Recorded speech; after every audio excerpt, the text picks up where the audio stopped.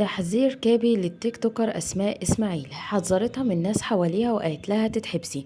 وبالطبع طلع المحارب وقال إن أسماء مطلوبة للعدالة.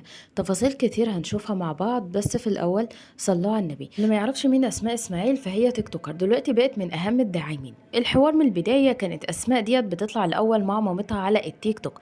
الأول كان وزنها 180 كيلو، كانت بتطلع هي ومامتها وكانت محجبة وكانت بتستنى دعم اللايفات بتاعتها.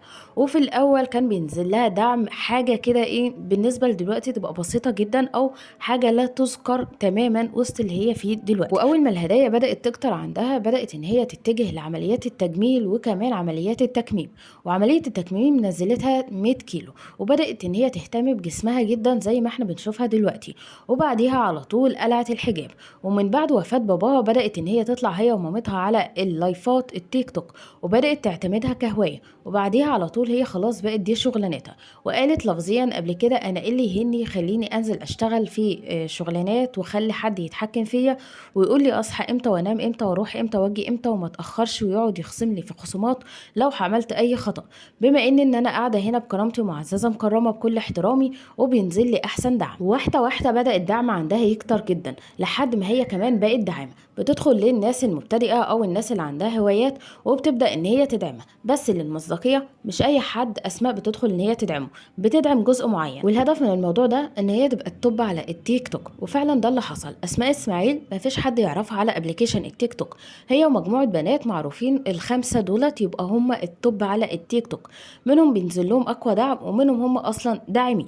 اللي حصل بعد كده إن كابي طلعت في لايف من الخاص بيها وبدأت تقول لأسماء إسماعيل: خدي بالك وخدي حذرك، انت هتتجابي الفترة الجاية لأن انت حوارك كبير جدا وان انت موضوعك مش سهل. خدي بالك ان في مرشده قاعده جنبك ومش واخده بالك يا اسماء ان في المرشده دي ان هي بقت فتره كبيره جدا لازقالك وبتروح معاكي في اي حته وبتجيلك في اي وقت وبقت ان هي على طول معاكي. ما انتش مستغربه من حاجه زي دي؟ اظن انت كده عرفتي انا اقصد مين. وبعد كلام كابي على طول طلع واحد اسمه المحارب وبدا يتكلم عن اسماء وبيقول ان اسماء مطلوبه للمحاكمه في ان هي تتحبس سنه وكمان ان هي تدفع غرامه 100,000 جنيه. ومش بس كده، ده هي واخوها المطلوبين للعداله وان هما هيتحبسوا سنه وهيدفعوا غرامه 100,000 جنيه. وده بسبب ان هما نصبوا على واحد على الابليكيشن التيك توك، بمعنى اصح ان هما اتفقوا معاه ان هي هتاخد ابليكيشن التيك توك الصفحه بتاعتها وهتبدا ان هي تروج لحاجات موجوده فيه او زي دعم كده.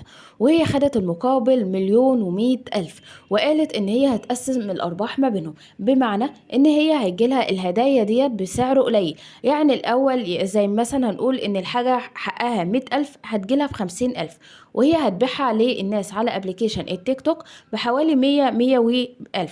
فهو هنا هيبقى في نسبة، النسبة ديت هتتقسم ما بينهم هما الاتنين، ما بين أسماء إسماعيل وما بين الشخص التاني. وبدأوا هما الاتنين إن هما يتفقوا على الشغل وأسماء أخدت المقابل اللي هو 1,100,000. بعديها على طول أسماء نصبت عليه هي وأخوها، ولا منها رجعت له 1,100,000 أو ولا هي إن هي ادته نسبة من الأرباح اللي طلعت. الموضوع إن هو أول ما بدأ يطلب أرباح أو بدأ يطلب حقه أسماء بدأت إن هي تتجاهله وتهمشه تماما، فبدأ إن هو يتجه للقانون وفعلا حرر محضر ليها هي وأخوها وبدأ إن القانون يمشي تمام. وبعديها أخد 100,000 بتوع. الفكرة هنا إن الكلام ده طلع في التوقيت اللي أسماء معروفة بيه بإن هي أشهر داعمة على أبليكيشن التيك توك، وكمان هي كانت قايلة إن هي في اليوم بتدخل مبالغ كبيرة جدا. يعني حوار إن هي تنصب على واحد في 1,100,000 بالنسبة لأسماء وبالنسبة للدعم اللي بيجيلها مبلغ قليل جدا ومبلغ لا يذكر. الفكرة هنا إن الكلام طلع عليها في التوقيت إن هي اتشهرت فيه. كده وصلنا لنهاية الفيديو. قولولي في الكومنتات انتوا أصلا تعرفوا أسماء إسماعيل ولا عمركم ما سمعتوا عنها. أشوفكم في فيديو جديد، في أمان الله، مع السلامة.